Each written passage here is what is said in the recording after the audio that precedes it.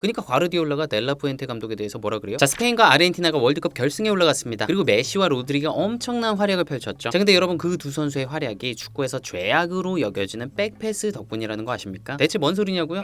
백패스를 많이 한 팀이 이긴다. 자, 이번에 월드컵 준결승 두 경기를 보면서 제가 아주 재밌는 현상을 발견했어요. 백패스를 많이 하는 팀이 이기는 것 같다? 그래서 데이터를 찾아봤더니 진짜 그렇더라고요. 근데 너무 이상하죠? 백패스 안 좋은 걸로 알고 있었는데. 그리고 제가 요 영상에서도 말씀드렸지만 현대 축구의 트렌드는 점점 더 직선적으로 변하고 있습니다. 근데 이번 준결승에선 왜 덜 전진적인 팀이 이겼을까요? 자, 먼저 스페인 대 프랑스. 역대 최강이라고 불리던 프랑스를 스페인이 가지고 놀았죠. 스페인이 그렇게 프랑스를 갖고 놀 수 있었던 단 한 가지 비결이 뭐였냐? 저는 백패스라고 봤습니다. 뭔 소리냐? 프랑스는 중앙 공간에서 볼을 뺐잖아요. 그러면 웬만하면 전진 패스를 넣어요. 왜? 앞에 음바페, 덴벨레, 올리세, 바르콜라 빠르니까 빨리 전진해서 역습처럼 공격하려고 한 거예요. 자, 근데 스페인 선수들이 볼 뺏기자마자 역압박 쩔죠. 그러니까 프랑스의 요 전진 패스 넣는 선수의 패스 정확도가 쭉 떨어지는 거야. 그리고 볼 받는 쪽 선수도 압박 강하게 받으니까 제대로 못 받아. 바로 다시 뺏기는 거예요. 자, 근데 스페인은 이렇게 볼을 뺏어오는 상황에서 전진 패스를 넣지 않았습니다. 거의 무조건 백 패스를 했어요. 뒤에서 안전하게 소유하면서 템포 죽이고 상대 끌어들이고 짧게 풀어나가면서 더 좋은 공격 상황을 기다렸다고요. 그러다 보니까 경기의 통제권을 계속 스페인이 조금씩 가져오게 된 거예요. 그래서 프랑스가 경기 끝날 때까지 아무것도 못한 겁니다. 자, 그리고 또 다른 준결승 잉글랜드랑 아르헨티나 경기도 비슷했어요. 물론 잉글랜드가 프랑스만큼 공격으로 전환되는 상황에서 급하게 전진 패스를 넣은 건 아니었습니다. 근데 기본적으로 볼을 소유했을 때 케인이 쭉 내려가서 볼 받아서 뒷공간에 길게 때려놓는 그 패턴을 이번 대회 내내 보여줬고 아르헨티나보다는 훨씬 전진적이었어요. 그리고 그래서 선제골을 넣었죠. 자, 근데 그 다음에 어떤 일이 벌어졌죠? 잉글랜드가 계속 수비만 했습니다. 그래서 투엘이 전 세계에서 욕먹었죠. 근데 투엘이 뭐라 그랬냐? 자기가 내리라고 한 게 아니었대요. 선수들이 경합에서 지고 체력적으로 문제가 생기면서 어쩔 수 없이 라인이 내려갔다는 거예요. 왜 체력이 빠져서 라인을 내릴 수밖에 없었을까요? 이번 대회 내내 직선적인 공격을 많이 해서가 아닐까요? 반면에 아르헨티나는 대회 내내 중미 성향의 선수들을 많이 나서 짧게 패스하면서 경기를 풀어나갔어요. 그 과정에서 전진 패스를 덜 하고 백 패스를 많이 했겠죠. 그렇게 아껴온 에너지 덕분에 아르헨티나가 막판까지 힘을 내서 역전할 수 있었던 게 아닐까. 그리고 대회 전체 스탯을 봐도 전진 패스 비율과 백 패스 비율이 소름 끼치게 비슷해요. 그 두 팀이 결승에 간 건 우연이 아닐 수도 있는 거예요. 반면에 프랑스랑 잉글랜드는 전진 패스를 더 했고 백 패스를 덜 했는데 떨어졌어. 결국에는 그 비율을 알맞게 조절하는 거예요. 그리고 선수들 한 명 한 명이 맞닥뜨리는 그 순간으로 들어가면 내가 지금 전진 패스를 하려고 하는데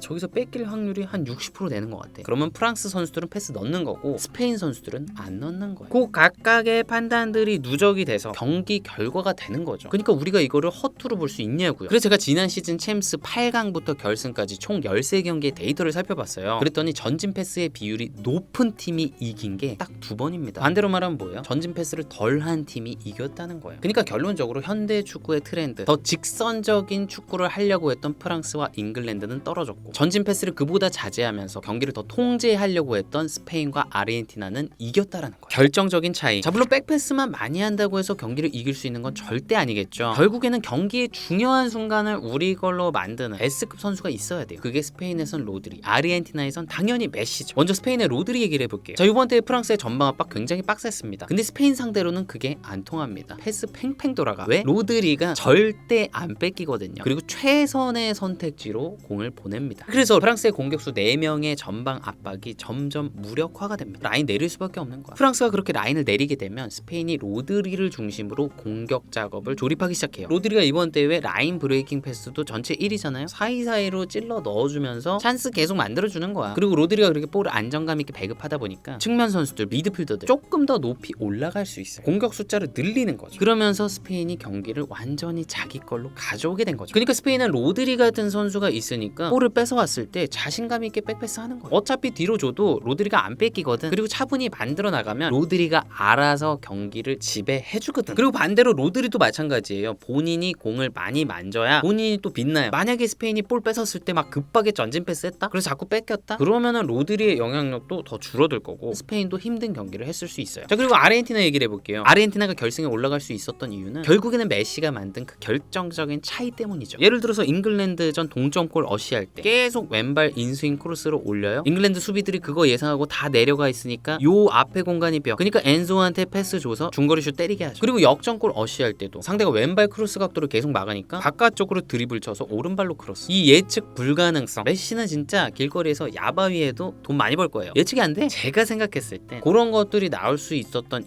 이유가 아르헨티나가 대회 내내 무리하게 전진 패스를 넣지 않고 경기를 통제하는 방식을 쓴 덕분이라고 생각하는 거예요. 그렇게 혈투를 많이 치러왔음에도 잉글랜드전 막판에 팔팔할 수 있었던 것 같고, 또 그렇게 짧게 만들어 나가는 축구 메시가 가장 좋아하는 거잖아요. 그리고 메시도 볼을 자기가 많이 만져야 경기에 영향력을 더 많이 미칠 수 있는 선수기도 하고요. 만약에 아르헨티나가 프랑스처럼 다소 급하게 전진 패스를 막 넣는 스타일로 경기를 했다? 그럼 메시의 약점이 더 부각됐을 거예요. 체력 조금 떨어졌죠. 스피드 조금 떨어졌죠. 그리고 동료들이 무리하게 패스 넣어서 메시가 제대로 못 받으면 메시는 역압박을 아예 안 하죠. 딴 선수들이 뛰어야 돼요. 그렇게 수비 전환되는 상황이 많이 나와도 아르헨티나한테는 또 안 좋을 거고. 그리고 지금 결정적인 순간에 대해서 얘기를 하고 있으니까 스페인전 포로의 골 얘기도 해볼까요? 그것도 사실은 백패스 덕분이에요. 포로가 올모한테 볼을 주고 들어갈 때 여기 있던 코네랑 두에가 전혀 따라가질 못했거든요. 왜 못 따라갔을까? 코네랑 두에가 그 직전에 전방 압박하느라 힘을 많이 썼어요. 스페인이 뒤쪽에서 볼을 계속 돌렸거든요. 전진 패스 넣었다가 백패스 했다가 또 넣었다가 또 백패스 했다가, 그러면서 공간이 나니까 올모 통해서 또 전진을 한 거예요. 코네랑 두에는 좀 힘들었을 것 같아. 그러다 보니까 결정적인 순간에 박스까지 따라가지 못한 거죠. 그리고 이번 월드컵에서 야말이 한 골밖에 못 넣었죠. 그래서 잘 못했다 이런 얘기가 있는데, 또 해외 전문가들의 분석을 보면 골은 많이 못 넣었지만 영향력만큼은 좋았다는 거예요. 야말을 상대하는 상대 풀백들이 교체된 경우가 많았고, 또 이번 월드컵에서 20회 이상 드리블을 성공한 선수가 메시랑 야말 단 둘뿐입니다. 그리고 야말이 그런 활약을 펼칠 수 있었던 이유도 스페인이 적절히 백패스를 하면서 경기를 정리정돈하고 야말이 반대쪽으로 상대 수비를 몰아넣고 야말한테 쫙 주고 돌파해, 그런 상황을 많이 만들어준 영향도 있겠죠. 그러니까 결론적으로 스페인과 아르헨티나가 결승에 올라갈 수 있었던 이유는 로드리와 메시가 가진 결정적인 퀄리티 차이 덕분이지만, 그들의 영향력은 팀이 급하게 전진하기보다 백패스를 하면서 차분히 경기를 통제하려는 그 경향성, 그것이 기반이 됐기 때문에 그 선수들도 잘할 수 있었다. 전진 패스의 적정 비율은 57% 정도다. 챔스 탑팀들 보면 전진 패스 비율이 보통 55에서 60% 사이에, 그리고 그게 월드컵 탑팀에도 그대로 적용이 돼. 결국 축구의 진화를 이끄는 건 유럽의 탑 클럽들인 것 같아요. 자, 그런데 여러분, 그런 축구의 진화를 돕는 우리나라 기업이 있다는 거 아십니까? 바로 한국타이어. 제가 지난 5월에 한국타이어의 지원을 받아가지고 유로파리그 결승 직관하고 왔거든요. 근데 거기 한국타이어 로고들이 여기저기 정말 많더라고요. 팬들을 위한 체험 부스도 아주 알차고 재밌었고요. 사실 한국타이어는 무려 2012년부터 유로파리그를 후원해왔습니다. 가장 오래된 파트너예요. 또 한국타이어는 독일의 명문 보루시아 도르트문트, 또 축구선수 최고의 영예인 발롱도르도 후원하고 있습니다. 우리나라 기업의 로고가 유럽 축구 최고의 무대에 당당히 새겨져 있는 걸 보니까 왠지 모를 자부심이 생겨요. 자, 한국타이어가 왜 이렇게 축구에 진심이냐? 추구하는 핵심 가치가 드라이빙 이모션과 위닝 이노베이션이거든요. 근데 그게 최고 레벨의 축구 선수들이 추구하는 가치랑 굉장히 닮아 있습니다. 단순한 스폰서십을 넘어서 최고의 퍼포먼스를 지향하는 가치를 공유하는 거죠. 사실 저도 몰랐는데 한국타이어가 전 세계 타이어 기업 중에 무려 7위라고 하더라고요. 이런 기업이 축구 발전에 기여하고 있다는 게 축구 팬으로서 참 감사한 일입니다. 그런 게 또 우리나라 축구 발전의 밑거름이 되는 거 아닐까요? 여러분, 혹시나 타이어 바꾸실 일 있으면 한국타이어로 아르데스끼리 하시는 것도 좋을 것 같습니다. 철학의 연속성. 자, 계속 백패스 얘기를 드렸는데 사실 백패스는 저도 잘해요. 제 전문입니다. 근데 백패스 그 다음이 중요하죠. 결국 뭐냐면 그 백패스를 받는 센터백, 골키퍼의 볼 플레잉 능력이 너무나 중요해요. 괜히 루이 바날이 현대축구에서 센터백은 사실상 플레이메이커다 이런 얘기를 한 게 아니에요. 근데 스페인과 아르헨티나의 뒤쪽 선수들 퀄리티는 너무 좋아요. 우리나라 선수들도 볼 많이 잘 차졌는데 정말 그쪽은 차원이 다릅니다. 어떻게 그럴 수 있을까요? 철학의 연속성 덕분이죠. 지금 스페인은 그 티키타카 스타일 거의 20년 넘게 해오고 있습니다. 대표팀의 철학이 계속 똑같다 보니까 그 경기 운영 방식에 익숙한 선수들이 계속 나오는 거예요. 그러니까 포르투갈 코칭 스태프 중 한 명이 이번에 스페인한테 지고 나서 스페인은 가장 분석하기가 쉬운 팀입니다. 근데 가장 이기기 어려운 팀이죠. 요런 얘기를 했어요. 그러니까 뭐예요? 전 세계 축구 팬들이 스페인이 어떤 축구 하는지 다 알아요. 근데 수십 년 동안 그 철학으로 축구를 해오다 보니까 완성도가 너무 높아진 거예요. 그러니까 알아도 못 막아. 아르헨티나도 마찬가지예요. 지난 월드컵 때랑 지금이랑 전반적인 경기 운영 컨셉이 비슷합니다. 그쪽도 철학의 연속성이 있는 거예요. 다만 그 연속성을 가져가면서 현대축구 트렌드에 맞춰서 조금의 수정을 가하는 거죠. 지금 스페인의 델라푸엔테 감독이 그랬던 거죠. 예전에 티키타카 플러스 야말, 올모, 니코 이런 선수들의 전진성 적절히 가미하면서, 또 그렇다고 너무 직선적이진 않게. 그러니까 과르디올라가 델라푸엔테 감독에 대해서 뭐라 그래요? 성당을 새로 지은 사람이 아니라 가끔 새 페인트를 칠하는 사람. 그러니까 요한 크루이프에서 시작돼서 펩이 완성시킨 점유축, 포지셔널 플레이에 새로운 요소들을 조금 더했다라는 거죠. 네, 오늘은 이렇게 스페인과 아르헨티나가 결승에 올라갈 수 있었던 결정적인 이유에 대해서 말씀드려봤습니다. 결승전 너무 궁금한데 완전 포인트 많죠. 일단 스페인의 넬라푸엔테 감독이 아르헨티나 스칼로니 감독의 스승이에요. 지도자 가정할 때 선생이면. 그리고 뭐니뭐니 해도 메시가 목욕시켜준 야말, 월드컵 결승에서 만났네.